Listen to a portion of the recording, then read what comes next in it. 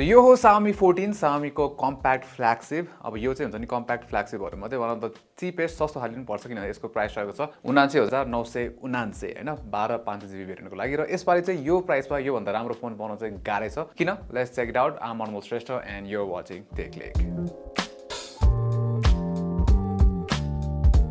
अब compact phone हो सो सानै छ यो फोनको साइज हैन त्यसैले बस हातमा समात्न सजिलै छ प्लस चलाउन एक हातले चलाउन सजिलो हुन्छ हैन तर यो पछाडीपट्टि हुन्छ नि यो जुन ग्लासले गर्दाखेरि चाहिँ अलि स्लिपरी नै फिल हुन्छ हैन त्यसरी पछाडीपट्टि चाहिँ टन्ना फिङ्गरप्रिन्ट सेन्सरहरु पनि मजाले लाग्छ यसमा। अर्को कुरा भनेको चाहिँ यो कम्प्याक्ट फोन भयो भने जुन यसको यो क्यामेरा छ नि यो माथि निस्केको छ यसले गर्दा चाहिँ यसको थिकनेस चाहिँ एड हुन्छ है सो कम्प्याक्ट फोन भयो भने यो थिकनेस चाहिँ एड गर्छ यसले। अब त्यसैगरी यसमा चाहिँ हामीले अब IP68 रेटिङ पाउँछौँ त्यसैगरी गोला ग्लास भिक्टस प्रोटेक्सन दिएको छ अगाडिपट्टि ग्लासमा हैन पछाडीपट्टि चाहिँ ग्लास प्यानल नै हो तर कुन प्रोटेक्सन भनेर चाहिँ मेन्सन गरेको छैन यसमा हैन। त्यही पनि ओभरअल S24 सँग कम्पेयर गर्ने हो भने चाहिँ S24 अझै बढी स्लिक छ यो भन्दा अझै बढी कम्प्याक्ट प्लस त्यसमा चाहिँ हामीले प्रिमियम प्रोटेक्सनहरु पनि पाउँछौँ जस्तै अगाडिपट्टि गोला ग्लास भिक्टस 2 छ त्यसमा हैन गोला आर्मर भनेर आफ्नै फ्रेम छ। अब यसमा नि एल्युमिनियम फ्रेम नै हो त्यही पनि S24 को चाहिँ बेटर छ भनौँ न अझ प्रिमियम। त्यसैगरी यसमा चाहिँ डुअल स्पिकर सेटअप छ हैन यहाँ माथिपट्टि त्यसैगरी यहाँ तलपट्टि एउटा त्यसैगरी माथिपट्टि भइहाल्यो हैन र स्पिकर चाहिँ दामी छ यसको क्वालिटी S24 भन्दा चाहिँ बेटर छ। यसको नि डिजाइन चाहिँ राम्रै छ हैन प्रिमियम नै फिल हुन्छ प्लस इन डिस्प्ले फिङ्गरप्रिन्ट पनि दिएको छ यसमा तर यो अलिकति माथिपट्टि दिएको भए चाहिँ बेटर हुन्थ्यो। अब यसको नि राम्रै छ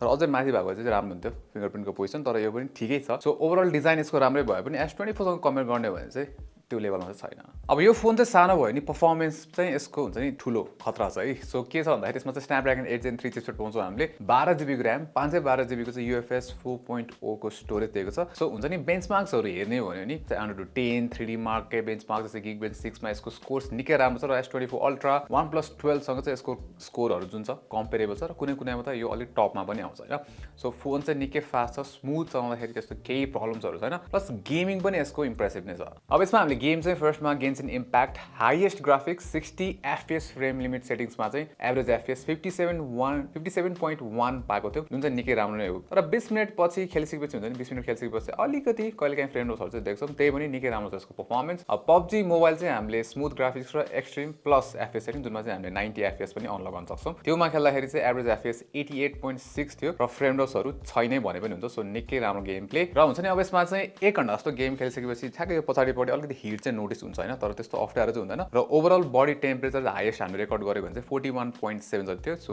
नट ब्याड। अब यसबारे चाहिँ यसको one of the best feature भनेको चाहिँ क्यामेरा नै है। सो कम्प्याक्ट फ्ल्यागशिपहरु मध्ये one of the best camera system भन्ने हुन्छ। सो पछाडीपट्टि चाहिँ हामीले 50 मेगापिक्सलको मेन क्यामेरा 50 मेगापिक्सलको अल्ट्रा वाइड र 50 मेगापिक्सलकै 3.2x जुम भएको चाहिँ यसमा टेलिफोटो सेन्सर पाउँछौँ हैन निकै राम्रो छ। त्यसैगरी अगाडिपट्टि पनि यसमा चाहिँ हामीले 32 मेगापिक्सलको चाहिँ सेल्फी क्यामेरा पाउँछौँ र ओभरअल क्यामेरा जुन एक्सपिरियन्स छ यो प्राइसमा चाहिँ निकै स्याटिस्फाइङ छ यसको। अब मेन क्यामेराको फोटोजहरु चाहिँ साफ छ डाइनामिक रेन्ज पनि वाइड र कलर पनि एक्युरेट र एक्सपोजर सधैँ कन्सिस्टेन्ट नै छ कुनै कुनै फोटोमा भने चाहिँ त्यो जुन एक्सपोजर हुन्छ एक स्टेप हाई भएको जस्तो फिल देखिन्छ न त चाहिँ सब ठिक छ। अल्ट्रा वाइड चाहिँ मलाई अलि चित्त बुझेन यसको हुन्छ नि नराम्रो होइन तर एक्सपेक्टेसन अलि हाई थियो डे लाइटमा पनि हामीले फोटोजहरु अलि सफ्ट देख्छौँ यसमा र एजेसतिर चाहिँ अलिकति नोइज बढी नोटिस हुन्छ कलर पनि मेन क्यामेरा जस्तो राम्रो चाहिँ लागेन तर ठिकै छ अल्ट्रा वाइडको लागि। अब टेलिफोटो लेन्स चाहिँ यसको इन्ट्रेस्टिङ छ है सो डिटेल्सहरु राम्रो छ कलर पनि निकै राम्रो अनि यसले चाहिँ हुन्छ नि म्याक्रोजहरु पनि खिच्न सक्छ के र यो फोन चाहिँ यस्तो राम्रो आएको छ यो फोटो हुन्छ नि यो फोनबाट खिचेको निकै इम्प्रेसिभ छ। अब लो लाइटमा अलि डिटेल लो भएको नोटिस गर्न सकिन्छ र एजेसतिर चाहिँ जुन फोलिएजहरुमा अलि कम डिटेल्स देखिन्छ यसमा। अब ओभरअलमा चाहिँ ठिकै छ भन्नुपर्छ शार्पनेसहरु र हाइलाइट्स र लाइट सोर्स राम्रो ह्यान्डल गर्छ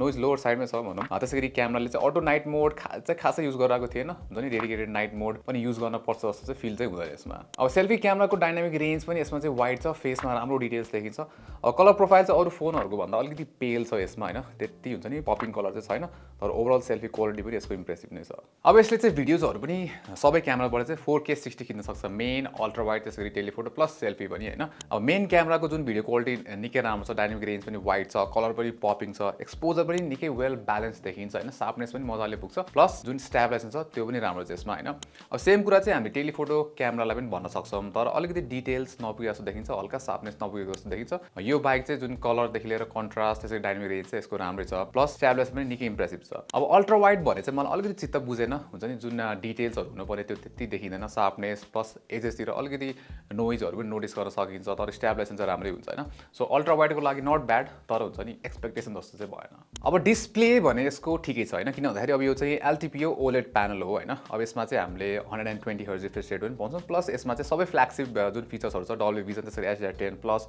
सबै छ हैन। र यसमा चाहिँ तर मलाई चित्त नबुझे के छ भन्दाखेरि यसको कलर है सो कलर चाहिँ त्यति भाइब्रेन्ट फिल हुँदैन यो स्पेशली S24 सँग कम्पेयर गर्ने हो भने र यसमा चाहिँ ओरिजिनल कलर प्रो भन्नेमा हुन्छ बाइ डिफल्ट हैन र यो सेटिङमा हाल्दाखेरि चाहिँ हुन्छ नि त्यति फेडेड खाले देखिन्छ कलर त्यति पपिङ देखिँदैन सो म चाहिँ भिभिड रेकमेन्ड गर्छु अलिकति बढी पपिङ कलर त्यो जस मजा आउँछ स्याचुरेट कलर्सहरु हेर्न हैन अब यसको ब्राइटनेस चाहिँ के छ भन्दाखेरि 1000 निट्समा चाहिँ पिक ब्राइटनेस भनेको छ एसबीएम त्यसैगरी यसको जुन म्याक्सिमम पिक ब्राइटनेस छ त्यो भनेको चाहिँ 3000 निट्स भनेर भनेको छ र ठ्याक्कै अब घाममा चलाउँदाखेरि चाहिँ हुन्छ नि मैले ठ्याक्कै S24 सँग कम्पेयर गरेको थिएँ र S24 सँग चाहिँ यसले खासै कम्पिट गर्न सक्दैन यो कुरामा S24 को कलर त्यसैगरी जुन ब्राइटनेस छ त्यो चाहिँ धेरै नै यसको भन्दा चाहिँ राम्रो छ सो डिस्प्ले चाहिँ यसको हुन्छ नि एभरेज भनौँ न अबभ एभरेज चाहिँ छैन जुन S24 लेभलको चाहिँ छैन त्यही पनि राम्रै छ कलर्सहरु चाहिँ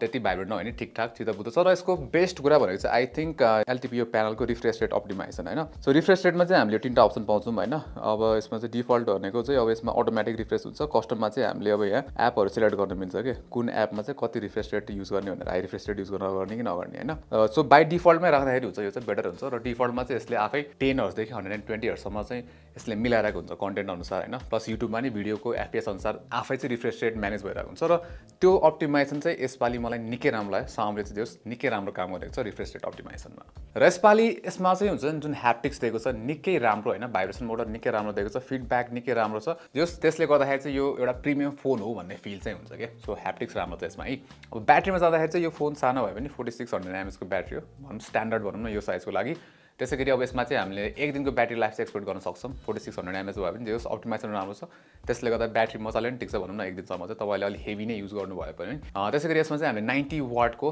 चार्जिङ पाउँछौं सपोर्ट हैन त्यसैगरी जुन नेपाल रिजनमा चाहिँ हामीले 90 वाटकै चार्जर ब्रिक पाउँछौं अब कुनै कुनै रिजनमा 120 वाटको चार्जर छ तर यसको म्याक्सिमम सपोर्ट चाहिँ 90 वाट नै हो र 90 वाट चार्जरबाट चार्ज गर्दाखेरि चाहिँ 35 मिनेट्समा यो चाहिँ 0 to 100% हुन्छ के सो जस चार्जिङ पनि निकै इम्प्रेसिभ छ यसको अब ओएस चाहिँ हामीले यसमा एन्ड्रोइड 14 पाउँछौं out of the box Hyper OS नै हो र यसपालि हाइपर ओएसमा हामीले नयाँ चेन्जेसहरु चाहिँ अलिकति एनिमेसन्सहरु बेटर छ हैन जस्तै एउटा एक्जाम्पल सेटिङ्समा गयौं भने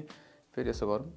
एनिमेसन्सहरु हैन यो सिम्पल एनिमेसन्सहरु चाहिँ निकै स्मुथ बनाएको छ त्यो ट्रान्जिसनहरु निकै राम्रो फिल हुन्छ र स्न्यापी पनि छ हैन यसपालि युआई अब अर्को एउटा चेन्ज भनेको चाहिँ अब खासै त्यस्तो धेरै चेन्ज छैन हैन भिजुअली हेर्दाखेरि अब जुन हामीले MIUI को कन्ट्रोल सेन्टर नै पाउँछ यसमा हैन स्प्लिट नै छ र कन्ट्रोल सेन्टरमा चाहिँ पहिला ब्राउजर हुन्थ्यो भने यसपालि सबै यहीँबाट एक्सेस हुन्छ हैन so one of the changes चाहिँ यो भयो त्यसैले अर्को चेन्ज भनेको चाहिँ अब लक स्क्रिनबाटै हामीले चाहिँ अब वालपेपरहरु एडिट गर्न मिल्छ सो यो चाहिँ आइफोनहरु जस्तो त भयो के हैन सो तपाईले चाहिँ अब ब्याकग्राउन्ड वालपेपरहरु यहाँ कस्टमाइज अप्सन पनि हुन्छ हैन इफेक्ट्सहरु यो ब्लर माउन्ट यस्तो यो चाहिँ सिमिलर टु स्यामसङ र हाम्रो आइफोनको भनौँ न त्यस्तो खाली छ त्यसैगरी यसपालि चाहिँ हामीले Xiaomi 14 मा सफ्टवेयर अपडेट चाहिँ 4 वर्षको मेजर ओएस अपग्रेड त्यसैगरी 5 वर्षको चाहिँ सेक्युरिटी प्याचेस अपडेट्सहरु चाहिँ एक्सपेक्ट गर्न सकिन्छ सो Xiaomi 14 चाहिँ एउटा कम्प्याक्ट फ्ल्यागशिप हो र निकै राम्रो प्राइसको लागि हैन जुन यसको स्टोरेज आउँछ नि 512GB भेरिएन्ट इम्प्रेसिभ नै हो नि यो प्राइसमा हैन अब हुन्छ नि यो प्राइसमा यसको मेन कम्पिटिटर भनेको S24 नै हो हैन अब S24 डेफिनेटली एक्सपेन्सिभ छ 1,20,000 छ हैन नेपालमा र यो प्राइसमा चाहिँ आई थिंक S24 अलि बढी प्रिमियम बढी छ भनौं त्यसमा प्रोटेक्सन पनि हामीले प्रिमियम पाउँछौं स्लिक छ बढी अझै कम्प्याक्ट छ त्यसैगरी डिस्प्ले ठ्याक्कै बेटर नै भन्छ हैन S24 को बेटर नै छ त्यसैले अब परफर्मेन्स हेर्ने हो भने Snapdragon 8 Gen 3 त्यसमा हामीले Exynos चिपसेट पाउँछौं हैन त्यसमा अब अहिले त्यो डिपेन्ड नजाउँ तर Snapdragon 8 Gen 3 नै बेटर छ त्यसैगरी क्यामेरामा हेड टु हेड नै जान्छ प्लस Leica को ब्रान्डिङले गर्दाखेरि जुन त्यो इम्प्रुभमेन्ट हुन्छ त्यो पनि ठ्याक्कै छ यसपालि निकै राम्रो क्यामेरा सिस्टम छ हैन प्लस यसमा चाहिँ हुन्छ नि ओभरअल निकै राम्रो फोन छ सो तपाईले चाहिँ एउटा कम्प्याक्ट फ्ल्यागशिप फोन खोजिराख्नु भएको छ भने चाहिँ Xiaomi 14 यो प्राइसमा बेस्ट टेक लेग